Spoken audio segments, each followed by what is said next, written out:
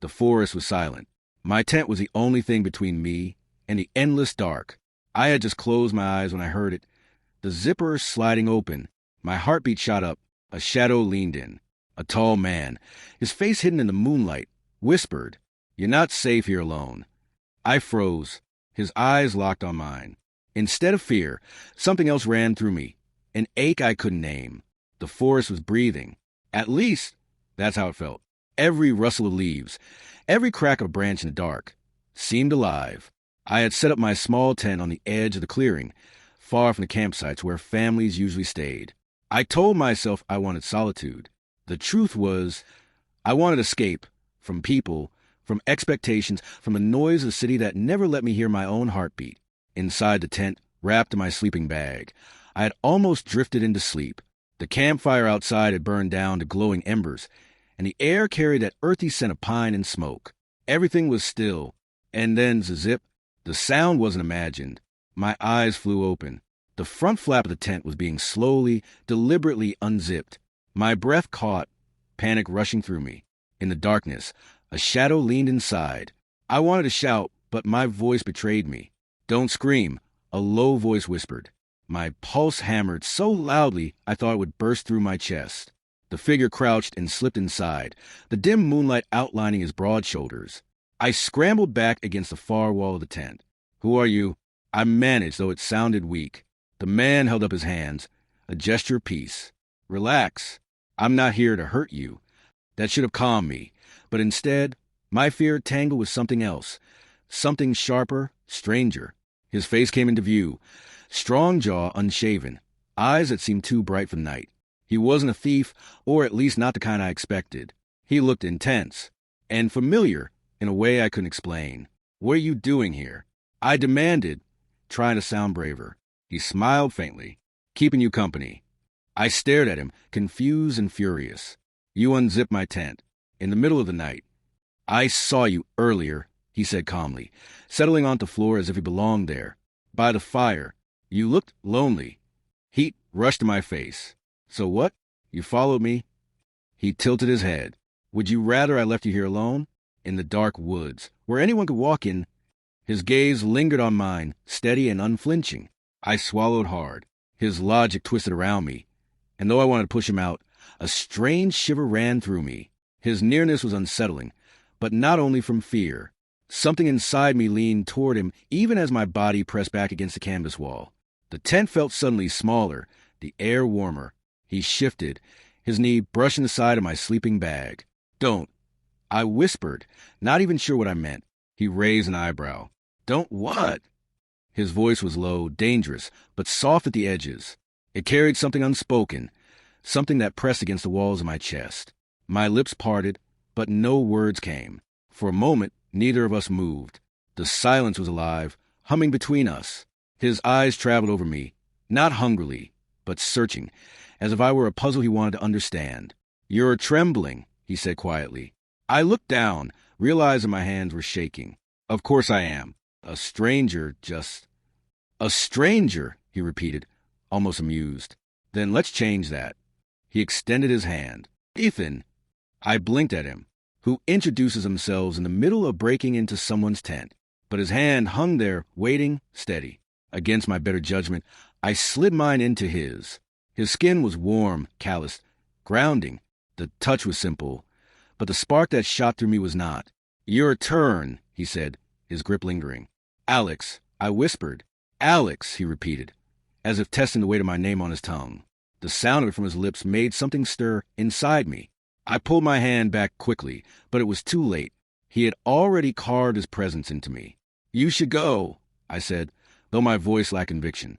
He leaned back slightly, studying me. "Do you really want me to?" My throat tightened. The truth hovered at the edge of my lips, dangerous and undeniable. "No," but I couldn't say it. Instead, I muttered, "It's not safe." His mouth curved, not quite a smile, not quite serious. "Maybe, or maybe it's the safest you felt in a long time." The words hit me harder than they should have, because in a strange, terrifying way, he was right. He shifted closer, the fabric of the tent rustling. His knee brushed mine again, deliberately this time. I didn't move. Couldn't. The forest outside was endless, cold, filled with things I didn't understand. Inside this fragile tent, there was only him, his steady breath, the warmth radiating off his body. My heart betrayed me, beating not in fear anymore, but in a rhythm I hadn't felt in years. I should have pushed him away. I should have shouted, forced him out, but instead, I found myself whispering, "Why me?" His gaze softened. "Because you looked like someone who needed to be found." The words sank deep, stealing the air from my lungs. I didn't know whether to hate him for intruding or thank him for seeing me so clearly. And then, the silence again, the kind that vibrated with things neither of us dared say. His hand brushed mine, barely a touch, more suggestion than contact. My skin lit up like fire. The flap of the tent moved with the breeze, and for a second, the moonlight caught his face. Strong, vulnerable, dangerous, beautiful. "Ethan," I said, barely audible. "Yes, The word stuck in my throat, but before I could finish, a sound cracked in the forest outside. The snap of a branch, footsteps moving closer. We both froze. His hand gripped mine, firm now, protective. His eyes locked on the flap of the tent. Someone else was out there, and in that moment I realized the night had only just begun. The crack of the branch outside sliced through the silence. My body went rigid, breath caught in my throat. Ethan's hand tightened around mine, firm and steady, as if he had been waiting for this exact moment. "Stay quiet," he mouthed. The sound came again, slow, deliberate footsteps crunching against the forest floor. Someone was close. Too close. Every horror story I'd ever heard about campers getting attacked flashed through my head. I wasn't supposed to be here with anyone, let alone a stranger I had met only minutes ago. Yet somehow, the fear outside made me cling tighter to him. "Who is it?" I whispered, barely audible. His eyes flicked toward the flap of the tent. "I don't know," he breathed back, voice low but unshaken. "But whoever it is, they're watching." My heart lurched. Watching? The word made my blood run cold. The footsteps paused. Silence stretched, heavy and suffocating. Then, as suddenly as they come, they faded, retreating into the thick woods. I didn't move. Neither did he. Only when the night fell still again did I realize how tightly I had been clutching Ethan's hand. He looked at me then, not smiling, not teasing, just studying me with that unnerving intensity. "You're safe," he said finally. I wanted to believe him. His voice carried a weight that made me want to sink into it, to let him hold all the fear for me. But a part of me screamed back, "Safe? With a stranger who broke into your tent?" I pulled my hand away, needing distance, but the warmth of his touch lingered. "Why are you really here?" I asked, harsher than I meant. He leaned back slightly, giving me space but not leaving. "I told you. You looked alone." "That's not an answer." His jaw tightened. For the first time, his calm cracked, revealing something deeper. Maybe I was alone, too. The words hung between us, raw and unexpected. I blinked. He wasn't just some arrogant intruder. There was something underneath, a fracture, a shadow. The tension shifted, softening, though the air was still thick with things unsaid. He rubbed his thumb over his knuckles, restless. "You think I planned this? Didn't you?" He chuckled dryly. "If I had planned this, I would have come up with a better excuse than lonely guy wandering the woods at midnight. Against my will, the corner of my mouth twitched, but the seriousness in his eyes pulled me back. "You could have scared me to death," I muttered. "Maybe," he admitted, "but you didn't scream. You didn't push me away." His gaze deepened. "You let me stay." My stomach tightened. He was right. I could have forced him out, but I hadn't. Why? The question burned through me, but I didn't dare voice it. Instead, I shifted in my sleeping bag, trying to create distance. The tent was too small. Every movement brought us closer. His arm brushed mine. My breath caught. I hated how aware I was of him. The shape of his shoulders in the dim light, the warmth radiating off his body, the way his voice seemed to sink under my skin. "This doesn't make sense," I whispered, more to myself than him. He leaned closer, his expression unreadable. "Does it have to?" My throat went dry. The way he said it. Like he wasn't talking about tents or safety or footsteps outside, but something else entirely. I couldn't hold his stare. I looked away, only to feel his gaze still on me, burning. Minutes passed in silence. My heart refused to calm, beating not just from fear anymore, but something hotter, more dangerous. Finally, I broke the quiet. "Why me?" He tilted his head, studying me like I was some strange constellation he couldn't quite figure out. "Because you remind me of myself," he said softly. The words hit me like a punch. "What do you mean?" "You hide it well," he said, almost to himself. "But I saw it earlier by the fire, the way you stared into it, like you were somewhere else, like you wanted someone to notice." His eyes softened. I noticed. Heat rushed to my chest. I wanted to deny it, to laugh it off, but my voice failed. Because he was right. No one ever saw me. Not really. And in less than an hour, this stranger had cut to me like glass. "Ethan," my voice was a whisper. He leaned in, closer now, so close I could feel his breath against my cheek. The air between us crackled. "I shouldn't be here," he murmured, almost regretful. "Then go," I whispered back. His eyes darkened. "Do you want me to?" The question twisted everything inside me. Fear said yes. Something deeper, something I had buried for years, whispered no. I opened my mouth, but before I could answer, another sound pierced the night. A voice, distant, faint, but real, calling through the trees. "Ethan!" My blood turned to ice. He froze, every muscle taut, his jaw clenched. The voice called again, sharper this time. "Ethan!" I stared at him, my heart racing. Someone out there was looking for him. But why did it sound angry? He didn't move, didn't breathe. His eyes darted to the flap of the tent, then back to me. "Don't say a word," he whispered, his tone suddenly urgent, commanding. My pulse thundered. Questions flooded my head. Who was out there? Why were they calling his name?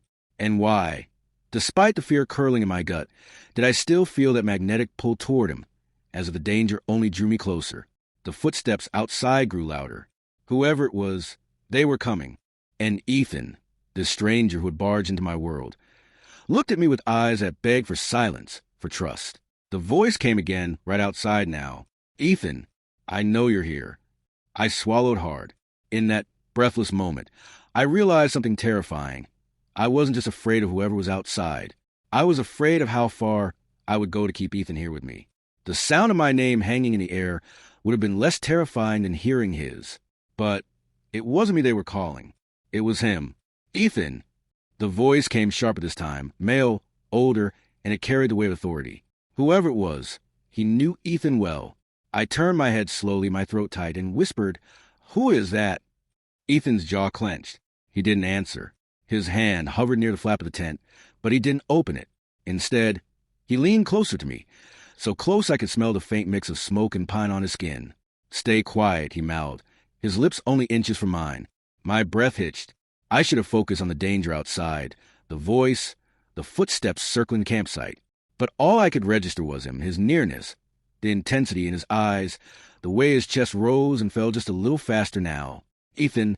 The voice thundered again, this time right outside. A silhouette passed across the thin fabric of the tent wall, a looming shadow that made my blood run cold. The flap twitched. My heart nearly stopped. But instead of unzipping, the figure moved on, pacing around the fire pit. Ethan squeezed my wrist, urging silence. His grip wasn't harsh. It was desperate, like he was hanging on to me as much as I was to him. "Who is he?" I mouthed. Finally, he leaned in so close his whisper brushed against my ear. "My brother." The word struck harder than the night chill. Brother? My mean spoon. Why was his brother out here in the middle of nowhere? Why was he calling for Ethan like a hunter chasing prey? Before I could process, the brother's voice came again. "You can't hide forever, Ethan. You know you don't belong here." My pulse hammered. Hide?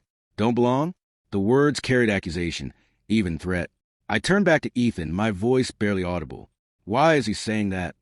Ethan's eyes closed for a second, like the weight of the question was too much. When he opened them, there was something raw, almost broken in them, because he doesn't want me to be who I am. The confession was quiet, almost lost beneath the rustling of leaves outside, but it landed heavy in my chest. Pieces clicked together. The secrecy, the way Ethan had slipped into my tent in the dead of night, the haunted edge in his voice. He wasn't just running from loneliness. He was running from someone who didn't accept him. The thought pierced me and pulled me closer to him. Outside, his brother's footsteps crunched again, circling. "You're making a mistake, Ethan. You'll regret this." The tent felt unbearably small, the air thick with fear and unspoken truths. Ethan's hand was still on my wrist, and for reasons I couldn't explain, I didn't pull away. "Why me?" I whispered again, my voice trembling. His eyes locked onto mine, fierce and searching. "Because you looked like you needed someone to see you. And I needed to be seen too." The honesty in his voice cracked something open inside me. My throat tightened, not from fear this time, but from a surge of emotion I hadn't expected. Silence pressed in. Only the faint crackle of dying embers outside remained. Then it happened. The shadow outside leaned close to the tent wall, so close we could see the outline of a face through the fabric. My stomach lurched. "Ethan," the brother said again, this time softer, coaxing. Ethan's grip on me tightened, and instinctively, I shifted closer. Our shoulders touched. Then, without realizing it, our knees. The heat of his body seeped into mine, grounding me even as fear coursed through me. We sat frozen, barely breathing, waiting for the shadow to move. Long seconds passed. Then the figure straightened and walked away, footsteps fading back into the trees. The silence that followed was deafening. I exhaled shakily, my whole body trembling. Ethan's hand slid from my wrist to my hand, his fingers threading through mine. This time, I didn't resist. "You shouldn't be here," I whispered, though my grip only tightened around his. "I know," he murmured back, but I couldn't stay away. His eyes burned into mine, and suddenly the fear outside felt miles away. The real danger was here, between us, in the way my chest ached with something I couldn't admit. I swallowed hard. "What are we doing?" Ethan's lips curved into the faintest, most heartbreaking smile. "Something neither of us can stop." And then, without thinking, without permission, the space between us disappeared. His forehead brushed mine, tentative, trembling. The warmth of his breath mixed with mine, and in that suspended second, the entire world fell away. I should have pulled back. I should have thought of the brother, the danger, the insanity of all of this. But I didn't.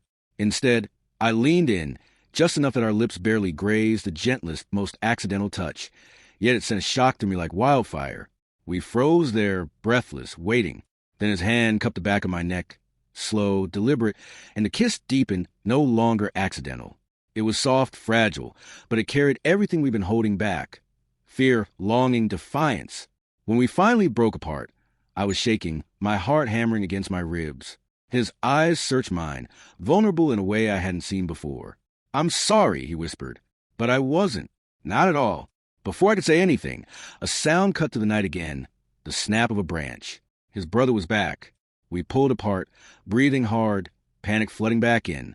"Stay quiet," Ethan murmured again. But this time, his voice wasn't just protective. It was pleading. And I realized with terrifying clarity, this wasn't just about hiding from his brother anymore. It was about hiding what had just happened, the thing that neither of us could take back now. The sound of the branch snapping ripped us apart faster than guilt ever could. Ethan's hand fell from my neck, and I scrambled back until my shoulder pressed against the tent wall. My breath came in sharp, shallow bursts, like I had been running, though I hadn't moved at all. His eyes locked on mine, wide, stormy, searching for words neither of us could form. Then came the crunch of footsteps again, circling. His brother's shadow dragged across the tent wall, slow, deliberate. "Ethan," the voice said, almost sing-song this time, mocking, "I know you're close. You always come back here when you're hiding." My heart thundered against my ribs. My whole body screamed, "Leave, run, don't get caught." But Ethan didn't move. Instead, he leaned forward, close enough to whisper against my ear, his voice trembling but fierce. "Don't say a word. If he hears you, everything ends." The way he said it froze me. Not just fear, not just desperation. There was something final in his tone, like being discovered wouldn't just expose him. It would destroy him. I swallowed hard, trying to steady my shaking hands. "Why is he after you?" I breathed, so quiet even I could barely hear it. Ethan's jaw tightened. "Because I walked away from the version of me he wants to keep alive. And now he can't stand that I'm different." Different, the word lingered in the small space between us. It carried years of pain, of battles fought silently in kitchens, living rooms, car rides. I didn't need him to explain further. I understood. The brother's shadow paused outside the tent. My chest seized. The zipper twitched like it might open again, and I nearly choked on the panic claw in my throat. Ethan's hand found mine in the dark. It wasn't tentative this time. It was steady, deliberate, grounding me. His palm was rough, warm, and I clung to it like a lifeline. The footsteps shifted again, moving away, The shadow disappeared. Only when silence stretched long enough to be unbearable did Ethan finally exhale. The sound was ragged, as if he'd been holding his breath for minutes. "Why is he here?" I whispered again, my voice breaking. Ethan looked at me, and there was exhaustion in his eyes, like he'd carried this weight for far too long. "Because he can't let me go. He thinks he's protecting me. But really, he's just trying to cage me." The words were soft, but they cracked something open inside me. I didn't know this man, not fully, yet I felt the ache in his voice like it was my own. "Ethan," I started, but my throat closed around his name. And then his gaze flicked to my lips again, fast, guilty, as if he hated himself for even looking. My chest burned. I wanted to ask him if that kiss had meant what I thought it had, if I was just a momentary weakness or something more. But before I could, he spoke first. "You should tell me to leave." The words cut through me. I blinked at him, confused. "What?" "You should tell me to get out, right now," he said, his voice rough. "Because if you don't, I won't." The confession landed heavy, hotter than fire. My heart skipped, then pounded. His eyes searched mine, waiting for me to push him away, waiting for me to prove him wrong about whatever hope he was barely clinging to. I couldn't. Instead, I whispered, "What if I don't want you to leave?" His whole body stilled, like he wasn't sure he'd heard me right. His hand tightened around mine. "You don't know what you're saying," he murmured, shaking his head. "I'm danger. I'm trouble. You're the only thing keeping me from running right now." I interrupted, my voice firmer than I expected. Silence. Then, slowly, like gravity was pulling us, he leaned closer again. His forehead brushed mine, tentative, trembling, like we were standing at the edge of something impossible. "I can't promise you safety," he whispered, voice shaking. "But I can promise this. When I look at you, I feel like I don't have to hide." The rawness in his tone shattered me. I didn't think. I didn't calculate. I just moved. Our lips met again, fiercer this time. No accident, no hesitation. The kiss was messy, desperate, carrying every ounce of fear and longing tangled inside us. His hand cupped the side of my face, and I clutched at his shirt like it was the only solid thing in the world. When we finally broke apart, gasping, reality rushed back in like cold water. Ethan's eyes darted to the tent wall, then back to me. "If he finds out..." "He won't," I said, though my voice trembled with the same uncertainty. Ethan dropped his forehead against mine, eyes closed. "You don't understand. He'll tear us apart before this even begins." Something sharp twisted in my chest. Us. He'd said us. I wanted to tell him that maybe, just maybe, the risk was worth it, that even if it was a mistake, it was ours. But before the words could form, a flashlight beam cut across the thin fabric of the tent, slicing through the darkness. Ethan's breath caught. His brother was back. And this time he wasn't just searching. He was hunting. The flashlight beam crawled across the thin walls of the tent like a sharp blade. Every flicker of light made my chest tighten. Every shadow felt like it might be our last safe second. Ethan's hand gripped mine so tightly it almost hurt, but I didn't dare let go. His breath was hot against my cheek as he leaned closer, his lips so near my ear I could feel him tremble when he whispered, "Don't move." I nodded, frozen in place, though my heart was hammering so loudly I swore his brother could hear it from outside. The beam paused on the zipper. I stopped breathing. The soft scrape of fingers tested it, tugged, like the tent was about to be ripped open. Ethan's body pressed into mine suddenly, pushing me back into the shadows of the corner, shielding me with his frame. His chest was solid against mine, his breath ragged. Our faces were inches apart in the darkness. "Stay quiet," he mouthed. The zipper rattled once. My lungs burned. And then, just as quickly as it had begun, the beam shifted away. Footsteps receded, snapping twigs under heavy boots. Silence fell again, thick and suffocating. But Ethan didn't move away. He stayed against me, his heartbeat slamming against my ribs through the thin barrier of our shirts. The warmth of him consumed every inch of space, the heat between us more dangerous than the man outside.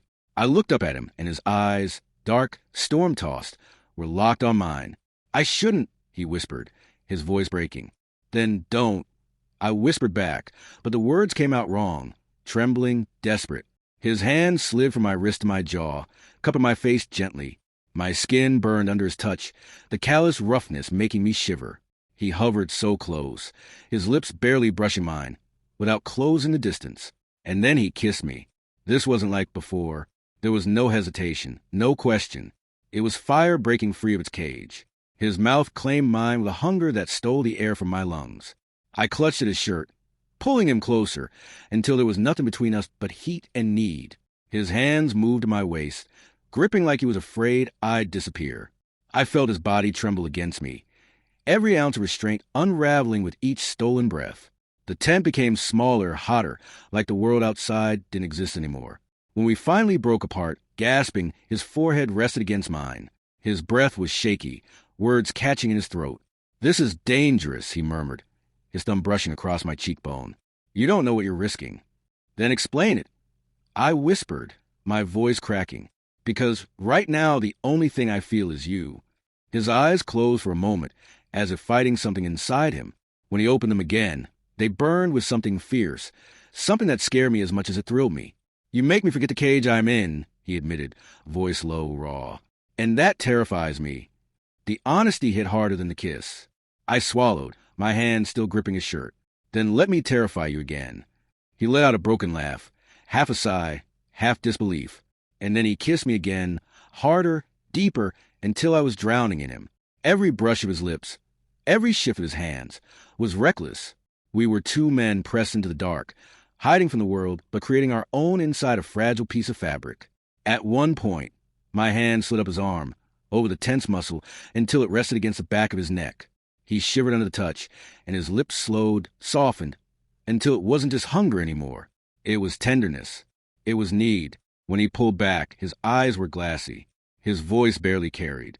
"I've never, not like this. Not with someone who sees me." I wanted to tell him I saw him, that I'd seen him from the moment he stepped into the tent. But before I could, the sound of twigs snapping came again. Ethan froze. His body stiffened, shielding me instantly. The flashlight beam swept past the tent again, slower this time, deliberate. I pressed my forehead against Ethan's chest, burying into him, my hands clutching at his sides. His heartbeat thundered beneath my ear. The beam lingered. I could hear his brother's breathing now. Close, almost at the door. My chest tightened until it hurt. If the zipper moved even an inch, if he saw us like this, our faces flushed, our breaths uneven, our hands still tangled, there would be no denying what had happened. Ethan's hand slid down to mine again, fingers interlocking in the dark. It was silent, but the message was clear. If we're caught together. I squeezed his hand back hard, and then the beam snapped away. Footsteps retreated, fading deeper into forest. Silence fell again, but this time it was heavier. A reprieve, not safety. Ethan exhaled slowly, collapsing back onto his heels. His chest heaved, his face pale. I wanted to say something, anything, but the words wouldn't come. Finally, he spoke, his voice so quiet it was almost a confession to himself. "If he'd opened that tent," he trailed off, then shook his head. "I don't even want to imagine." I reached for his hand again, surprising even myself with how steady I sounded. "Then don't imagine. Just stay here, with me." Ethan looked at me, long and hard, his eyes softening even as fear lingered in their depths. "God help me," he whispered, brushing his lips across my knuckles. "I don't think I can leave." The words weren't safe. They weren't logical. But they were the truest thing I'd heard all night. And in the dark, in the heat, in the fragile bubble we'd built inside that tent, I knew something had shifted. We weren't just hiding anymore. We were choosing each other, even if the world outside tore us apart for it. The night had swallowed the forest whole, yet the silence felt sharper than ever. My ears rang with every rustle, every creak of branches in the wind, and the pounding of my heart. Ethan was still beside me, his breath ragged as he pressed the back of his hand against his lips, as though he could keep our secret from spilling out. Then it came again, the crunch of boots on dry twigs. Slow, deliberate.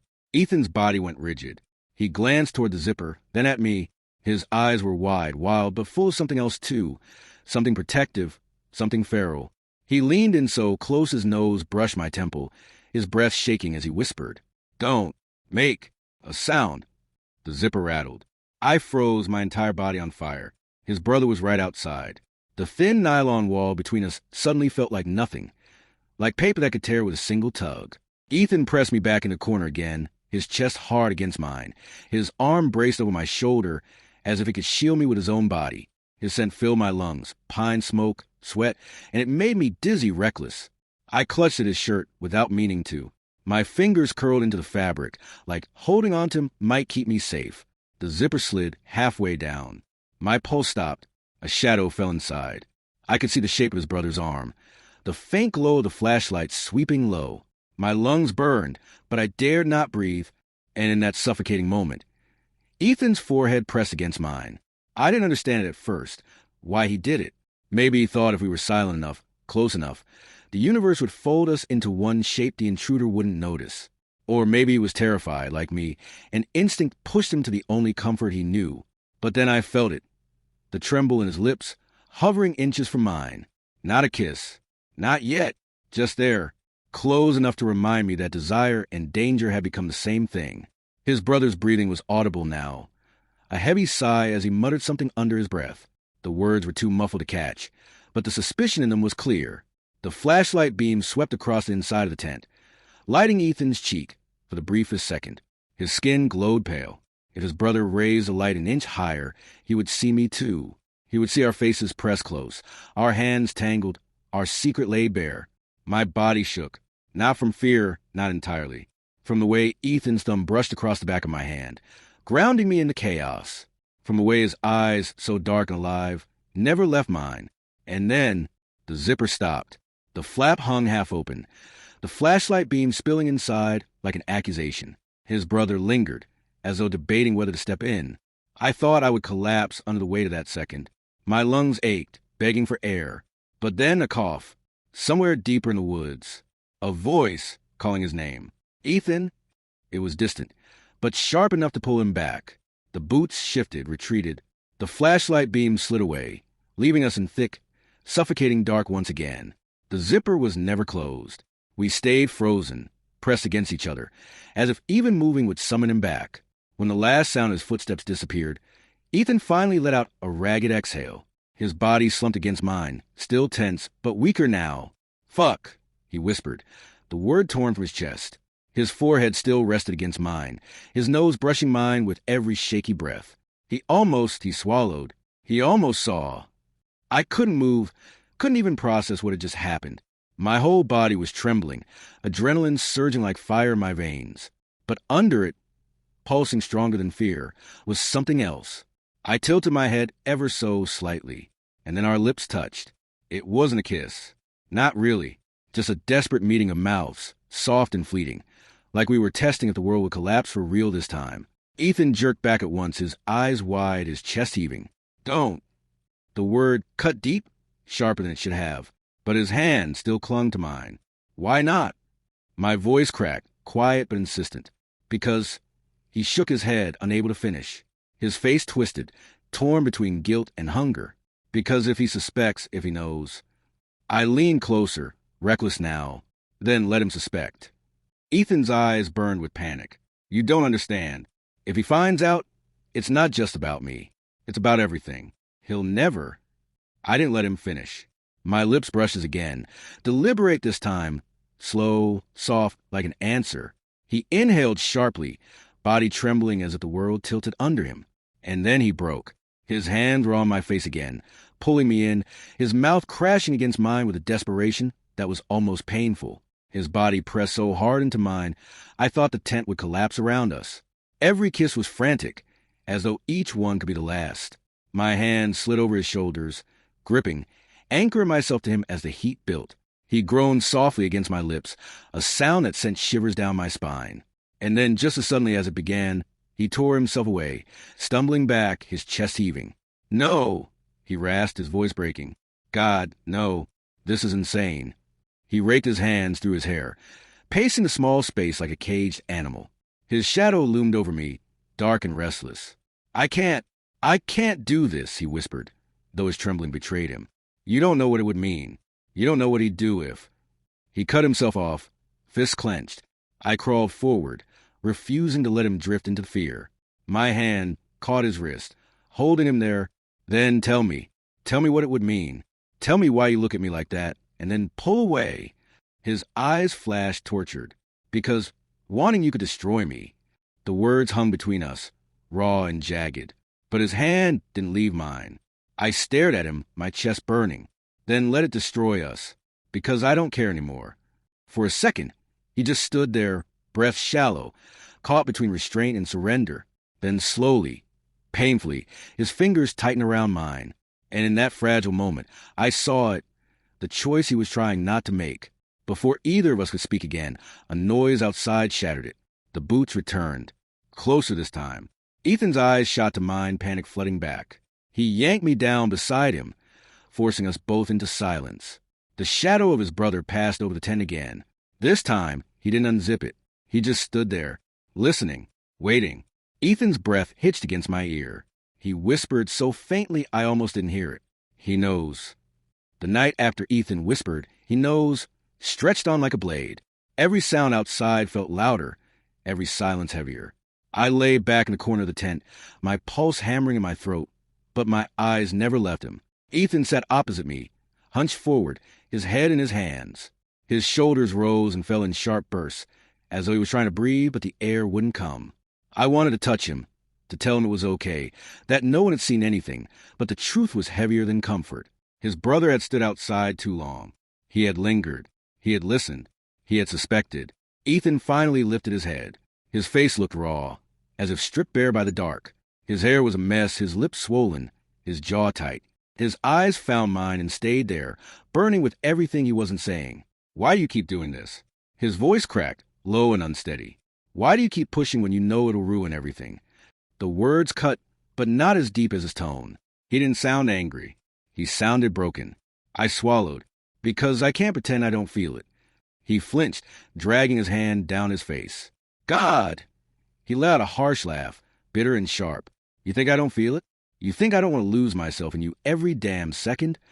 The air between us snapped, hot and charged. My breath stuttered. Then why? Because I can't, he hissed, his voice loud enough to make me flinch. He clenched his fists, glaring at the floor. Because if he finds out, if anyone finds out, I'm finished. We're finished. His words echoed like thunder in the small tent. For a moment, neither of us moved. Then I forced myself forward, crawling across the thin sleeping bag until I was in front of him. My hand reached out, trembling, and caught his wrist. He looked up sharply, his eyes blazing. You think this isn't destroying me already? I whispered, my voice shaking but steady enough to cut through the dark. Pretending not to see the way you look at me. Pretending not to notice when you touch me like you're on fire. Pretending I don't feel like I'm suffocating every time you pull away. His lips parted, but no words came. His hand trembled under mine, caught between yanking away and holding on. I leaned closer, my face inches from his. If it's going to ruin everything, then let it ruin everything. Because I don't want safe. I want you. The silence that followed was unbearable. His breath came hard, hot against my lips, his eyes flickering from my mouth to my eyes and back again. He was trembling, but it wasn't fear anymore. It was hunger. And then he kissed me. It wasn't soft this time or hesitant. It was wild. His mouth crashed against mine with force that stole the air from my lungs. His hands gripped my face, desperate, as if holding me tighter could keep me from slipping away. I gasped into him, my fingers clawing at his shoulders, pulling him closer until our bodies collided. The heat surged, messy and raw, a storm we couldn't stop even if we wanted to. Ethan groaned, the sound vibrating into my mouth, and it broke something inside me. We kissed like we had minutes left to live, like the world outside didn't matter, like nothing existed beyond the four flimsy walls of nylon. But then he broke away, panting, his forehead pressed against mine. This is madness, he whispered, his voice cracking. I can't keep doing this. I can't keep wanting you like this. My chest burned. Then don't fight it. He shook his head violently, pulling back until the space between us felt like a wound. You don't understand. You've never had to hide who you are. You've never had to fight for every second of being yourself. And if he finds out... His voice broke, and he bit down hard on his lip. I sat back, stung but refusing to retreat. So what, Ethan? You'd rather suffocate than admit what you feel? You'd rather live in fear than live at all. The words hit him hard. He froze, his chest rising and falling as though I'd struck him. His eyes glistened in the dim moonlight, but his jaw stayed locked, stubborn. We sat in silence, the weight of it crushing. The only sound was our ragged breathing and the faint rustle of the trees outside. Finally, Ethan whispered, so quiet I almost missed it. You make me want to risk everything. My throat tightened. Then risk it. His eyes closed, his face twisting in agony. He shook his head, but his hand slid across the small space between us, brushing against mine. The touch was so faint, so fragile, but it felt like lightning. I gripped his fingers, refusing to let go. For a moment, everything stilled. His lips parted, his breathing calmed, and he leaned toward me again, slow this time, deliberate. I could see the choice being made in his eyes. But before our lips could meet again, a sharp voice cut through the night. "Ethan!" We both froze. The voice was closer now, right outside. His brother. Ethan jerked his hand away from mine, scrambling upright, his face pale. The zipper rattled once, a hand pressing against the tent flap. "Ethan, are you in there?" The question was casual on the surface, but the tone was heavy, accusatory, suspicious. Ethan's eyes locked on mine, wide with panic. His lips moved, barely forming the words. "He knows." The zipper began to slide down. The sharp zipper sound tore through the tent like a blade. My chest seized, and Ethan's entire body went rigid beside me. His brother's voice was too close, too certain. "Ethan, I know you're in there." The flap quivered under a hand. A second more, and it would open. Without thinking, Ethan lunged across the small space and grabbed me. His mouth crashed against mine, silencing my gasp before it could escape. His kiss was wild, panicked, the taste of fear and fire mingling into one. His hand pressed to the back of my neck, forcing me down onto the sleeping bag with him. The zipper slid halfway open, a sliver of moonlight cutting across the tent. Ethan broke the kiss just long enough to whisper hot against my lips, "Don't make a sound." My pulse thundered. My hand clenched around his shirt, and my whole body shook beneath him. He kissed me again, slower this time, desperate but calculated, as if to cover any betraying noise. Every brush of his lips was both a plea and a command. "Stay quiet. Stay mine." "Ethan?" His brother called again, the tone sharp now, suspicious. Ethan pulled back, panting. He shoved himself upright in a rush, his arm outstretched behind him, shielding me with his body. "Yeah." His voice cracked, too quick, too forced. He cleared his throat. "Yeah, I'm here." A pause. Heavy. Watching. "What are you doing?" Ethan's eyes darted to mine, panic blazing. His hand found mine in the dark, fingers squeezing hard, grounding us both. Then he released me. Too fast, too guilty, as though even that small touch might betray us. "Couldn't sleep." Ethan called back, his tone flat. "Needed some air." Another silence. Then the sound of footsteps retreating. The zipper was left half open, moonlight spilling in, a reminder of how close it had been. We both sat frozen until the last crunch of footsteps disappeared into the night. Only then did Ethan collapse forward, his head dropping against my shoulder. His breath came out in ragged bursts. I let out the breath I'd been holding, my chest trembling. Slowly, my hand rose to the back of his head, fingers weaving into his messy hair. "Ethan!" He pulled back, eyes wild, glassy in the dim light. His lips were swollen, his breathing shallow. "I shouldn't have done that," he whispered, voice shaking. "God, I shouldn't." "You kissed me, protect us," I said softly, cutting him off. "But that wasn't the only reason, was it?" His silence was louder than a scream. I leaned closer, daring him. "You wanted to kiss me.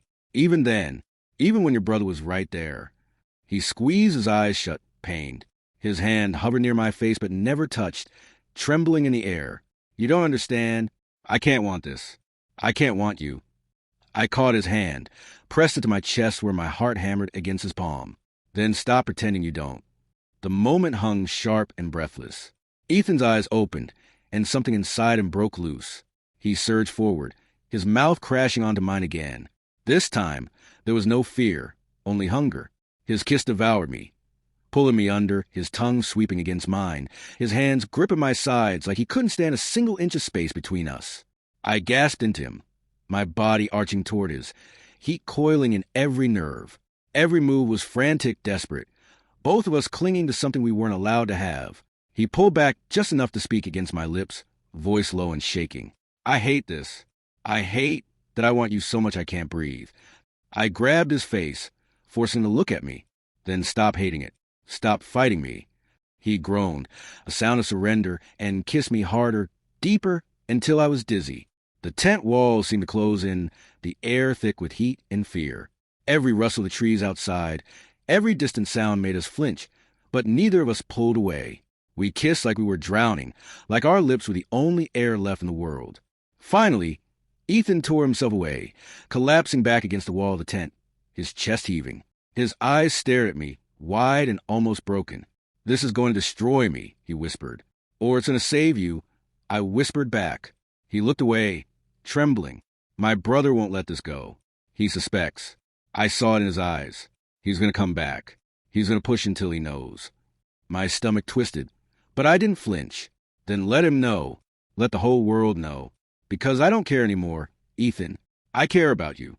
He looked at me then, his lips parting, his breath unsteady. For the first time, his eyes softened, like he wanted to believe it. But before I could say more, footsteps crunched outside again. Louder this time. "Ethan," his brother's voice called, sharp and commanding. "Step out here. Now." Ethan froze. His chest tightened. His eyes flicked to me, wide with panic. The flap shifted. The zipper tugged. This time, there was no escape. The zipper ripped open in one harsh pull. The flap flung aside. Cold night air rushed in. Ethan's brother stood silhouetted in the moonlight, shoulders broad, face set in stone. His eyes cut past Ethan, scanning the tent interior, then froze on me. The silence was brutal. My pulse pounded so loud I swore it filled the forest. "What the hell?" his brother said, voice low, dangerous. "What are you doing?" Ethan scrambled upright, planting himself between me and the entrance. His body was tense, every muscle drawn tight. "It's not what it looks like." His brother's lip curled. "Then tell me, because it looks like you're lying in a tent in the middle of the night with—" His eyes darted to me, sharp and cold. Him. Shame and fear burned hot under my skin. I wanted to disappear into the sleeping bag, to vanish from that piercing glare. But Ethan didn't move. He stood firm, blocking me, his chest heaving. "You don't get to interrogate me," Ethan snapped. His voice cracked, but he forced it louder. "Not anymore. Not about this." His brother stepped closer, fists clenched. "You've lost your mind. Do you have any idea what people would say if they knew? What Dad would say?" Ethan's jaw locked. "I don't care." "You don't care?" His brother's voice rose, raw. "You'll throw everything away? For—" Again, his eyes flicked toward me like I was a stain. His mouth twisted with disgust. "For him?" Ethan's hand balled at his side. For a moment, I thought he'd strike. Instead, he said it, loud, breaking the night open. "Yes, for him." The words hit like thunder. I froze, breath stolen, my heart seizing at the sheer finality in his tone. Ethan's brother staggered, as if the force of it had physically knocked him back. His mouth opened, shut, opened again. "You can't mean that." "I do." Ethan's voice trembled, but his stare was unflinching. "I've meant it for weeks. I've been hiding it, fighting it, hating myself for it. But I can't anymore. I want him, and I'm not ashamed of it." My throat burned. My chest ached with something too sharp, too deep. Hope, terror, love, all tangled. His brother's face twisted. "You're disgusting." The words cut. Ethan flinched, but he didn't back down. "No, I'm not. I'm human. I'm in love." His voice cracked on a word, but he forced it out, fierce. "And if that makes me disgusting to you, then maybe you never really knew me." The silence that followed was colder than the night. Finally, his brother shook his head, stepping back toward the shadows. "Don't come home. Don't expect me to cover for you. When they find out, you're on your own." The words sliced through Ethan, but he didn't move, didn't speak.